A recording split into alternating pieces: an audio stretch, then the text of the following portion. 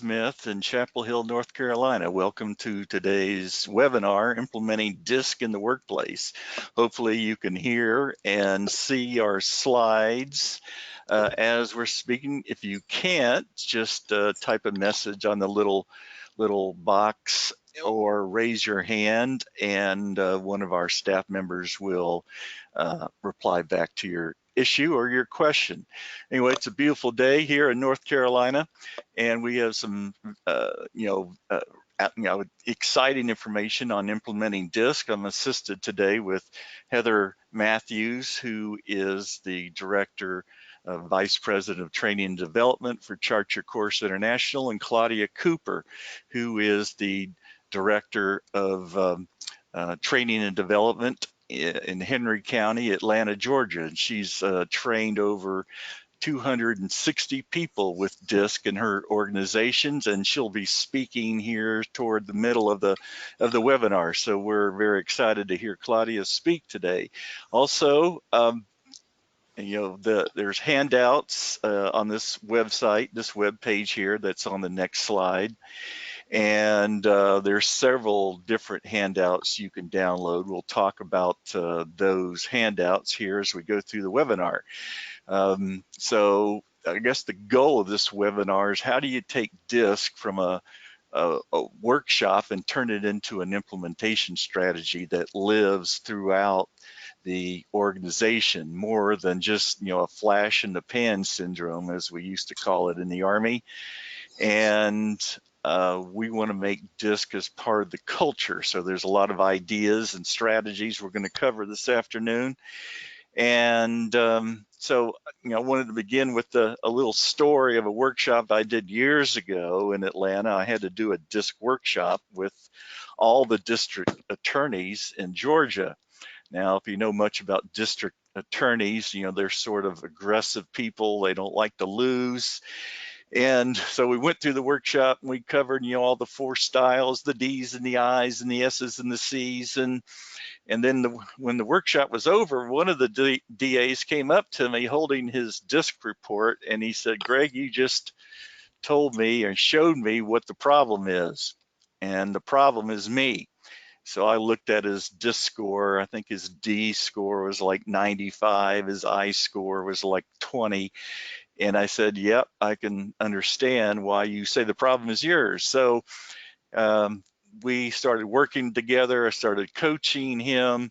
We did focus groups with the employees, and the lawyer just started figuring out to be more softer and gentler in his communications. We started increasing social events at the DA's office, and the morale just gradually improved. You can just imagine working in an organization where the bosses don't know how to deal with people, or there's conflict with people and they don't get along, and morale and productivity suffers. So DISC is one tool that can help you improve organizational productivity. So we sort of broke this session into four objectives. We're going to talk about the pre-workshop strategy. Then we're going to talk about, actually facilitating a workshop, and may, if we have time, a few new icebreaker team building exercises. And then what do we do post-workshop? And then, as I said, there's handouts and materials here. There's also an ebook on you should be able to download off your program. So let's go ahead and begin. So I talked about early in the introduction that we want to take DISC and not just make it a workshop, but make it an overall strategy, a strategy to improve communication and reducing conflict. And so here's, sort of an org chart I created. You first have a steering team, which is set up with key leaders on steering the rollout, the strategy of teaching DISC or making DISC as part of the organizational development process. And then there's an advisory team who sit down with the facilitator, with HR, with the union, to ensure everybody is on board. And if you see below here, we have team leaders, or department heads in the organization. And one of the things I learned, and one of the mistakes I've made in the past implementing other strategies, is leaving the team leaders out, or the middle managers.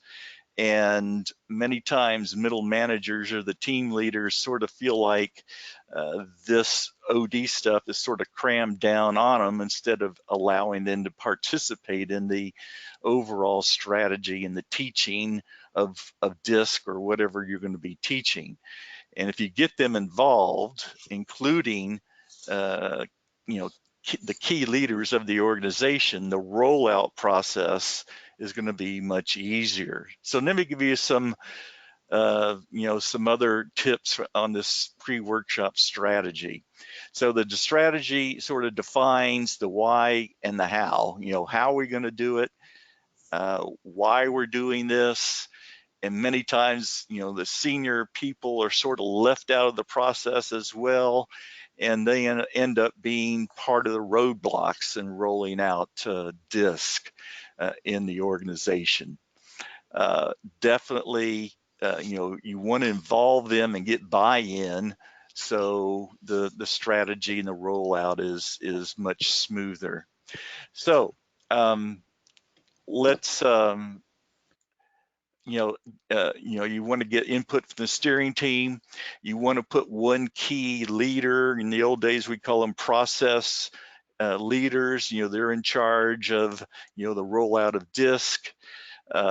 We worked with one organization, and to ensure that the employees felt like the upper management was involved in this process, we had the CEO come and introduce the facilitator and explain how DISC has affected him in the beginning of each workshop. And so when they saw the CEO do this, they knew, well, this maybe is kind of serious. Maybe this is going to not be the flash in the pan. Then you want to clarify the objectives and outcomes. You figure out how many workshops we need, how many people are going to be in the workshop, how long is the workshop, who's going to facilitate the workshop, what are we going to do after the workshop, and then you plan what other follow-on sessions you need to have after you do the training. So first thing I do when I work with an organization is understand what the objectives of the leader is, or the team leader is, of the team or of the department. There's a client intake form you'll be able to download that helps you create that meeting with the leader of that organization to find out what his or her objectives are. What are the things you don't want to do? And what other things need to be addressed during the training program. And many times DISC is just a kickoff for a grander implementation strategy or a grander OD strategy. So meet with the leader, make sure you have his or her buy-in, and you want to understand what's the most important thing they want to cover. You want to find out what skeletons are in the closet, what things that you want to avoid. Are there people that might be disruptive? And have yourself prepared before you actually have that workshop. I remember I was in Washington, D.C. the night before doing a workshop, and I had met with the team leader. She was the department head of this government organization, and I thought I had done all my homework, and I was sitting in the hotel watching TV, relaxing, and then she calls me on my cell phone, and she says, "Greg, I forgot to tell you this. One of the people in the workshop is very disruptive." And I said, "Well, good. That's nice to know." And she said, "Well, if he gets disruptive in your workshop, I'm gonna, call the police and have them removed from the classroom." That's not the kind of information you want to hear the night before your workshop. Well, doing hundreds of workshops and dealing with lots of people, I've sort of, have a way of minimizing things like this. And so I got to the workshop an hour early the next morning, and there's one guy sitting in the classroom an hour early. And I said to myself, that must be the guy. And sure enough, it was. And I went up to him, shook his hand, met him, started talking to him, and asked him about his job. And he was the most friendliest, cooperative person in that workshop the entire morning we were doing this. So glad he wasn't disruptive. So those are just some of the things you want to figure out before you do your workshop. You want to find out also if these are people flying in for this workshop, how well they know each other. So if they don't know each other very well, you want to have a lot more team building exercises and icebreakers. If they do work together and know each other, then those exercises may not be as long as they are with people who are there to meet their colleagues. So all that is sort of part of the intake form and discovering all that. All right, so sort of, a few things about facilitating uh, the workshop, and all of us here on the call today have facilitated workshops. As I said, you want to customize the session based on the objectives. If you're training hundreds of people, you may want to have a workshop for the leaders and then multiple workshops for the employees, or you just might want to mix the leaders in with the employees. If you're trying to improve communication, it's better to do that than having separate workshops for managers and separate workshops for employees. One of the new things we've come out with is a team report where you can consolidate everybody's DISC assessment, their score, and it comes with, prints out how everybody falls on the wheel, and that gives you gaps and shows you what the limitations or the strengths of the team, where are we weak.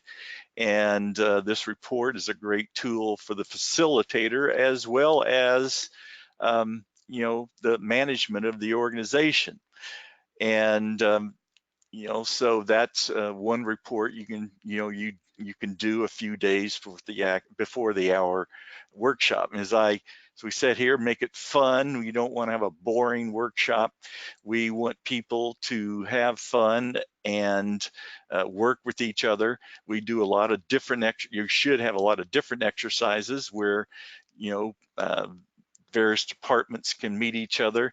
We have something called a four-corner exercise where we have all the D's and the I's and the S's and C's go into every corner of the room and do different exercises, which I'll talk about here in a few minutes. So again, let me cover some like I said, some techniques and tips on doing the best workshop you can. Now, with your IDS account, you can create name tents as well as name badges with people's score or their DISC score right on them. You can, so that's very convenient, and that way everybody can see what everybody's score is. We also like to use a flip chart size wheel and have everybody come up and plot where they fall on that wheel. And they tend to enjoy doing that because everybody likes to know what each other's score is or each other's color. And so those are different things you can inject in your workshop to make it as effective as possible. So let's talk about some other exercises. And if you've been on some of my webinars in the past, you may have heard these, or I know several of you, I look at your names today. I know you've gone through our DISC certification training, and I appreciate you coming back for this additional class. But here's some various team building exercises that you can do. And I talked about the tallest tower, and that one can be used with 3x5 cards or playing cards. And the goal is to build the tallest tower, and it's sort of like a friendly competitive exercise between the different teams. And they have like 7 minutes to talk about designing the tallest tower, and then they have like 5 minutes to build the tallest tower, but they cannot talk to each other during that 5 minutes. So it shows, how the D's respond, the I's respond, the S's respond, and the C's respond. But you want to be careful, because if you say, oh, we want you to build the tallest tower, then they'll start stacking chairs on the table and bottles and glasses and whatever they can find in the room. So you have to be cautious on what your instructions are.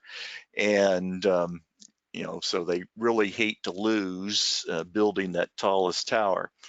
Team charts is another one we do in the beginning of our workshops, and every team will get a flip chart.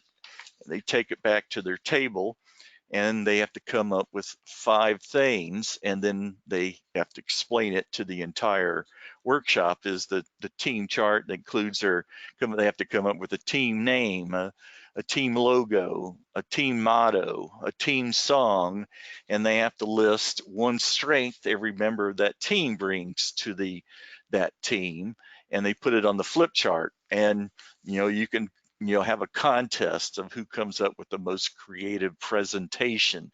And believe me, I've seen almost everything. I've had the whole team come up, start rapping and singing songs, and then I did it with a bunch of IT people, and they were sort of serious, and they just had everything listed on the paper, and then when there was no animation or enthusiasm.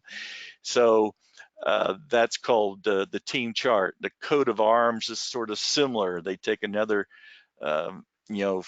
piece of flip chart, and they design sort of like a military, like I said, coat of arms. And each individual can do this on a smaller piece of paper and come up with 5 items that or 5 things they want to talk about in that coat of arms to their fellow teammates. And alphabet bingo is a lot of fun, a lot of energy, and it's competitive. Again, you can have the workshop divided to 2 teams, and each team has to come up with an item with every letter of the alphabet. So for example, they have a recorder, and they list A through Z. So they can, if you have A, someone will come up with an apple, and the goal is to come up with one item for every letter of the alphabet, and the first team that does that wins.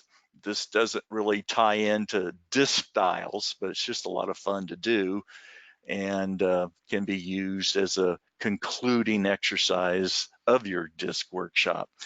But all these are listed in my icebreaker books that you may already have. If you want more information on some of these, you feel free to email me.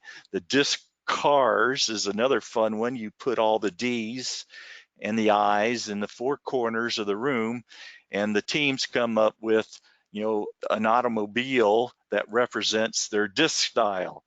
So all the D's will do their exercise, and the I's, etc. And then you can make them come up with a tag that goes with this fictional automobile, and based on their disc styles. So there's just some other exercises you can think about. And let me show you a couple of pictures. This one's called Creating the Perfect Team Member. Now, this is sort of like kindergarten, so you have to be, you don't want to do this for everybody, because they're going to think it's kind of silly.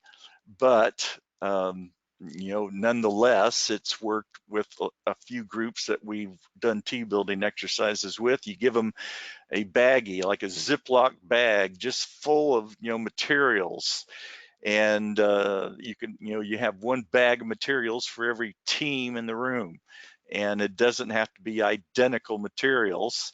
The goal is to use their creativity to design like this fictional person that represents the ideal team member. So if this organization has 10 values or a vision statement describing how people work together, they're supposed to design a person that represents the ideal person working in this organization.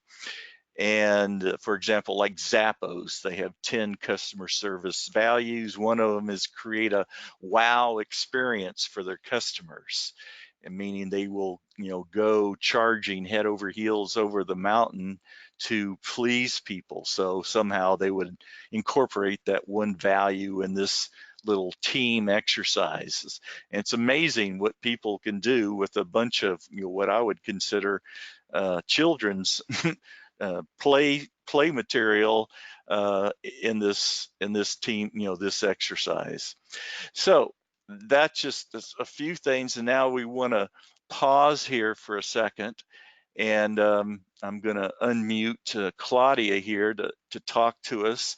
I want to just tell you a little bit about Claudia. I've known her for many years when I was still living in Atlanta, Georgia, and she is, works at Henry County Water Authority as the Employee Development Coordinator. She's trained over 260 employees over the past few years. And in this role, she's an executive coach. She leads the general manager evaluation. She conducts, internal self-assessments, does succession planning. And what really impresses me is prior to coming to Henry County Water Authority, she worked for Coca-Cola as a global training manager, and prior to that, she also worked in various IT positions. So Claudia is very experienced, and she's also, this is her second year as president of her local SHRM uh, uh, SHRM organization in Atlanta. So Claudia, why don't you go ahead and tell us what you want to talk about? Okay, well, thank you, Greg. Like Greg said, I knew him from my SHRM days in Atlanta. He was our guest speaker several times, and I was always walked away motivated and impressed. And when I went through my certification, I found out that I am an IC with some strong S, and so I'm going to talk a whole lot, and I still won't get to everything I want to because my analytical side made a bunch of notes, and I can't talk about them all.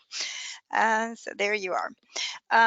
In our organization, we knew that we had a problem with communication, communication within departments, between between levels in the organization.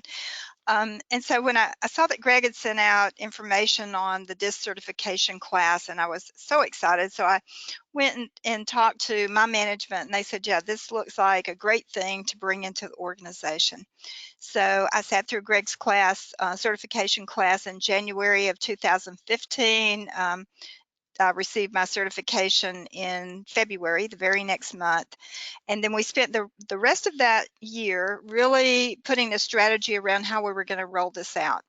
And Greg talked about getting buy-in from the top. My very first client was our general manager. I did his assessment and walked him through it. And then we took all of our managers through. We had a class for just managers because I wanted them to see the value. I wanted them to understand what this tool is and what it is not. I didn't want it misused. So I took them through it, and we had a great time. I mean, it was just a really fun workshop, and I think everybody learned a lot, and they walked away with an appreciation for it. I then went through the entire organization, and we did training first through departments. So we took our finance department, and then we would work with our sewer maintenance department. So we went through department by department. Everybody was really excited. teams would ask when they were going to get through. And occasionally you would have someone who was skeptical. But the reality is when you read these things, you know they have to be, right on because there's so much of you in that. So let's see, what have I not covered? We have covered all the departments at this point. So now the DISC profile, the DISC workshop has become part of our new employee orientation. So once a quarter, or sometimes more often if we have the need for that, we'll get new employees together in the classroom for one day, and then on tours of our facilities for another day. And half that one-day workshop belongs to me, and we go through and do their DISC profile and do some fun things. And then I give them a team report so that they know when they go back to their natural team how they fit with everybody else.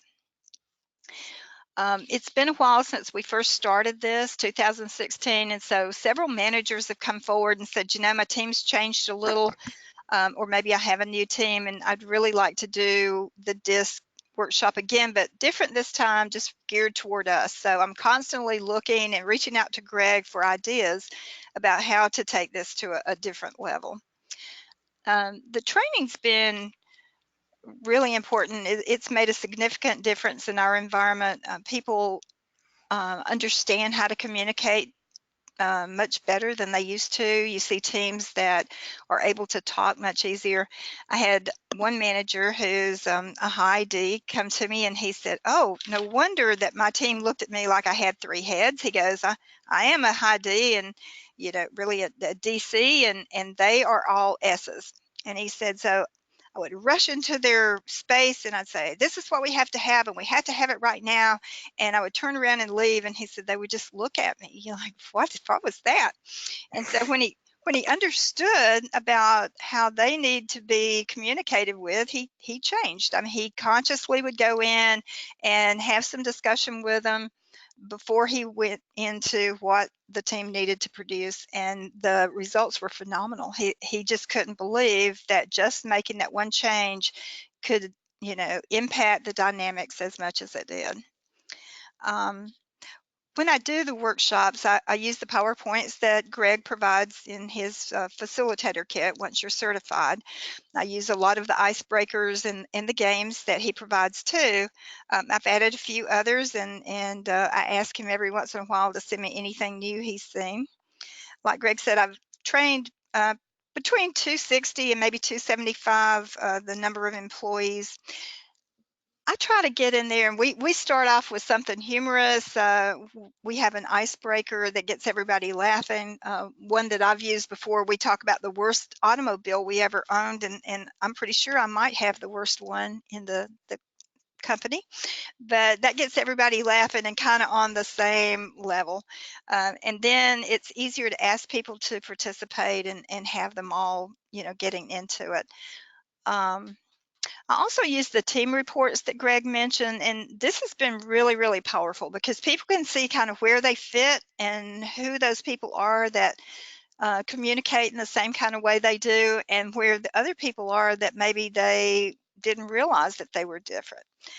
In one of my workshops, there was one lady, and her team really didn't have much to do with her. They thought she was abrupt and she was arrogant, and she just wasn't very helpful. And so in the workshop, as we went through and talked about the characteristics, and they started to talk to each other. It was a very small team. It came out that people felt like she was not approachable, and she was just blown away. She's like, "Oh my goodness." She goes, "You can, tell me when I'm rolling over you. Tell me when I'm being a steamroller, and I won't have my feelings hurt, and I will stop." And so just to see teams come together and learn about each other, and then how they go back into the workplace and work together has been really great. Um, Yeah, let me ask you a question, Claudia, and maybe a question, maybe a comment here. But okay. I think what I've noticed with lots of other facilitators and people that use DISC is they really don't appreciate the power that this report has in helping individuals reach their potential. Yes. It's like the story you just told about the high D individual, and many of them just don't realize that they're butt heads and disruptive and hard to work with. They just say, well, that's just the way I am, take it or leave it. And with the right facilitator sitting down with that person or doing a workshop, I've seen people just totally make a 180-degree change when they realize how other people see them. So I guess my comment is this report is very powerful, and that's why I've always stuck with DISC and not flip-flop with Myers-Briggs and Strength Finders and all the other tools out there. Is when you really learn to use this report, you have the ability to help people. And so I'm going to come back to my question in a second, but one other story. I was, Heather and I were doing a workshop, and we had a similar situation with a lady, and she was very, high D, and she sat through the workshop, and she just, was blown away, sort of just like what I just described. She didn't realize she was such a high D, and that rubbed people the wrong way. It doesn't rub me wrong way because I'm a high D. So here's my questions. How did you get support from the top when you were doing your training programs? Did you do anything different? Um, no, I think I probably have a pretty good reputation with our management group, with our executives, and so um, I just went in and kind of told them, and we've all been through different. Excuse me, let me It different. always wants a ring when you're not want it to ring. Right, right. Um, I have a very accepting management group as far as wanting to take the organization to the next level. And they were quite aware that we had a communication problem. And so when I presented it around that. And they were very open to looking at it and bringing it in. And you know what? They didn't blink at what they were paying. I mean, they were very satisfied to go into it. And since we started with the managers, all of the executives were part of that team. And I think they could really see, I mean, even from the beginning, how impactful this could be. And so as we went on, I continued to keep them in the loop, or as we sat and talked about challenges we had with our management team, I could bring in the DISC profiles and just kept putting it in front of them. And that just built their confidence in the tools and in the instruments. So um, Good, thank you. How yeah. about how do you incorporate this in your new employee orientation? So we go through, and normally in the new employee orientation, they're from different departments. So um, we'll bring them in and go through. It's pretty much the same exercises, but I'm talking about their teams because now they're relatively new, but they know who their manager is, and I know what their scores were and basically what their team looks like. And so we'll have conversations in there as they're talking about their new challenges or their new teams. And so I can kind of incorporate some of the other people's profiles for them. We also talk about the profiles of our executives so that as they're getting to meet our GM or our deputy manager or their division manager, I'm bringing in what their profiles look like too. So, they're able Good to idea. start to see how that all works together.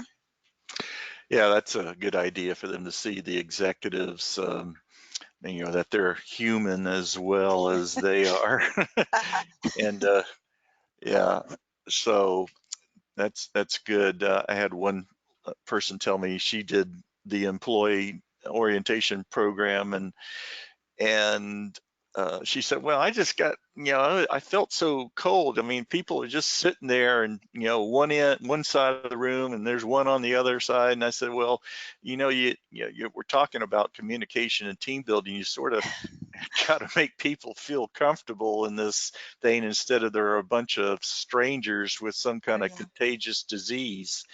yeah. And she said, "Oh yeah, I guess that makes sense. That's what you taught in your class." I said, "Yeah, don't make them strangers." No, and it really normally our new employees are so excited. Our GM and our deputy come in and kind of tell them how glad they are to have them in the company, and everything we do during that day is really celebrating them joining us. So I make that part of our workshop too. So everybody's working with each other and getting to know someone in another department. So it's Well, worked great. well. Worked well. And it, Um, yeah, one other thing about the team reports too. We're using those as it's in teams where we have openings, especially if it's a smaller team. We'll often look at those team reports to say, is there anything missing on your team that you want to hire for? So, we'll start to use those to say, yeah, we don't have a decision maker, in this one, or depending on what the nature of the team is, we use these to identify gaps so that we're looking for that as we're interviewing. So, uh, excellent idea. And there are 2 pages in the manager staff report that has 12 leadership competencies. mhm, So in some of our workshops, along what you just said is, we have people decide which of these 12 competencies are more important for that particular job. yes. And it opens a lot of eyes as well, since this is real world information. Anything else, Claudia? Um, I would just say we're going through a major realignment right now, and people are being shifted into new roles, temporary roles where they're being observed. But our GM last week said to me, it's amazing to me. I've heard about the DISC and I know you've talked about it, but looking at this realignment and looking at people's DISC, I see how people communicate, how they respond, and how they fit into different areas. So I think it's been quite powerful all through our organization. Well, good. Well, thank you very much. And I think everybody learned some new information. So let's go ahead, and we're going to getting close to finish this up. Heather, do you have anything you want to bring up?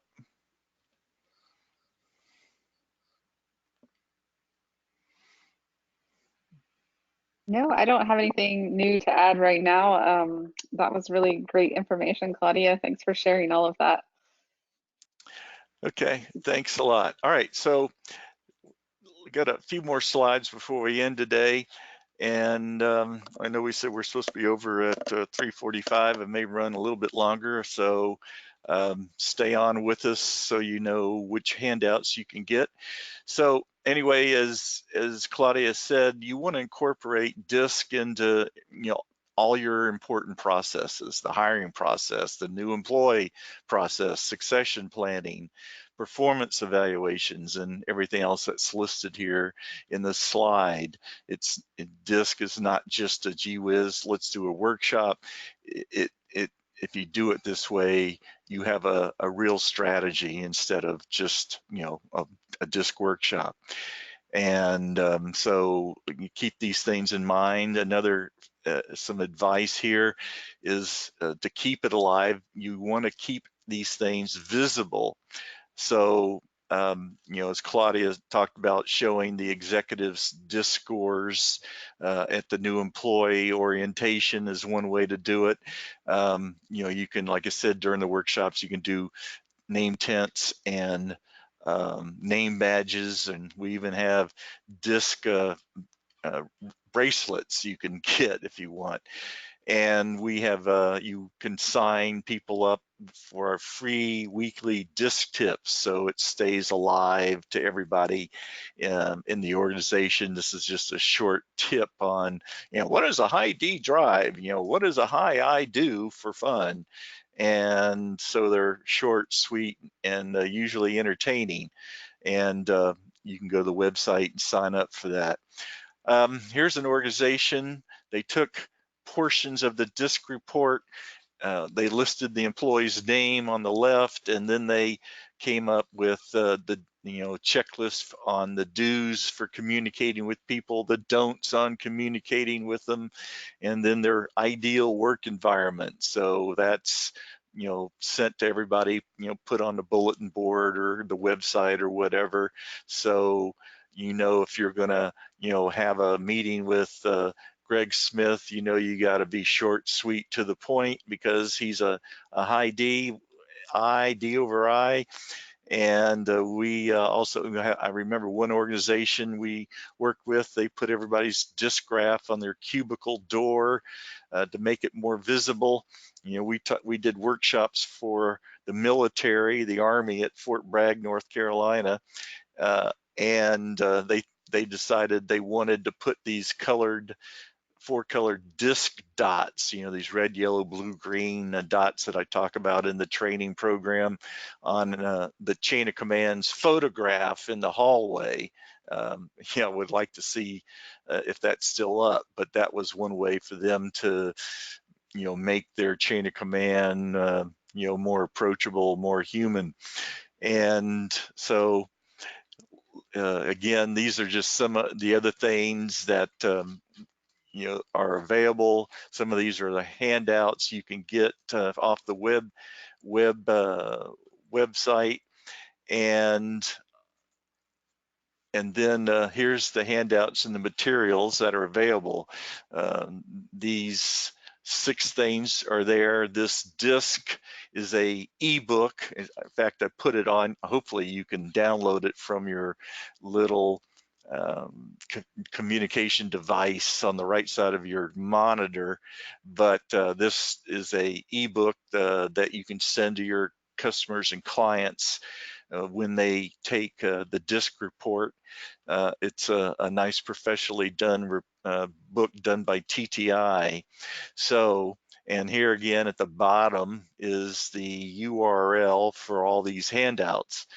And so there's a lot of good information you can use in your training and development and workshops as we go forward. So, it might be a good time if you have questions to type those in, and so we can answer those.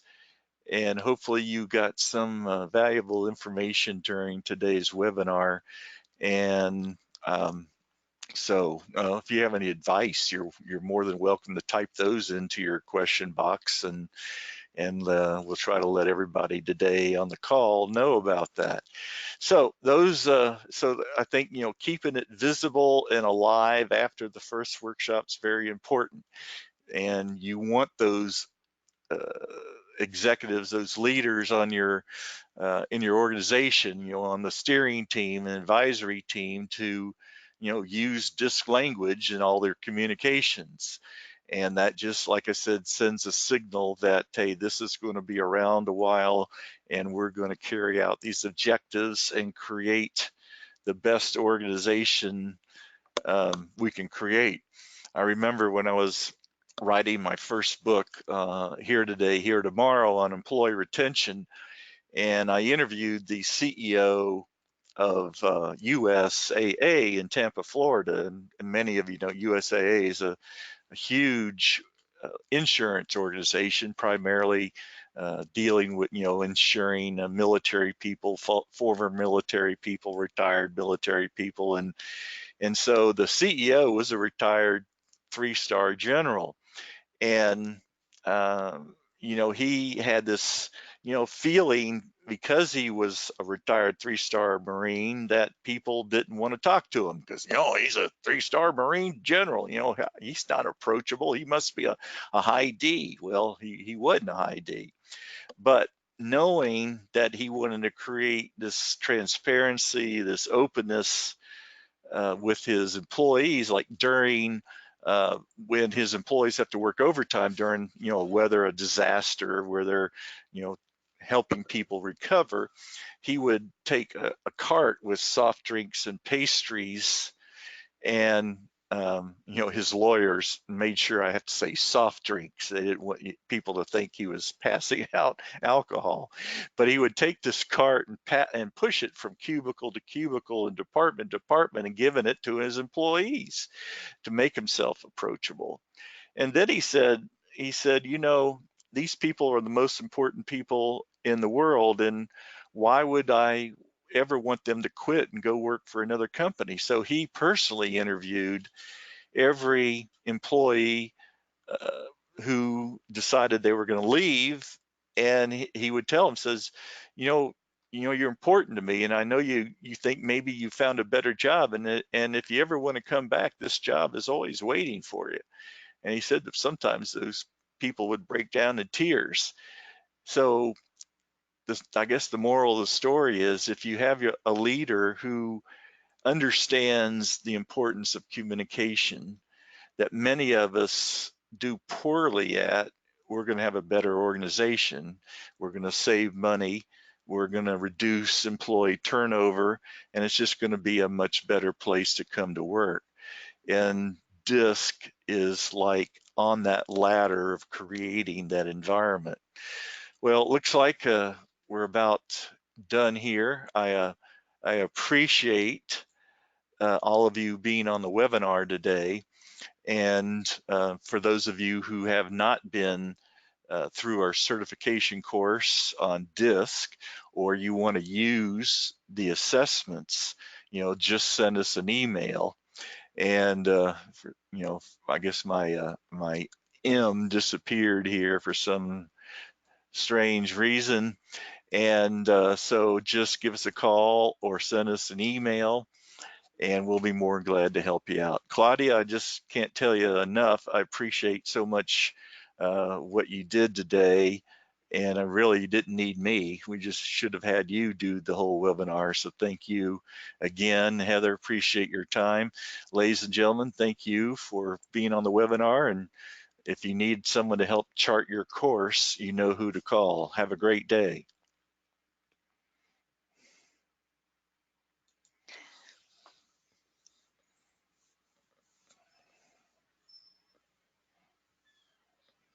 Well, Greg, thank you for inviting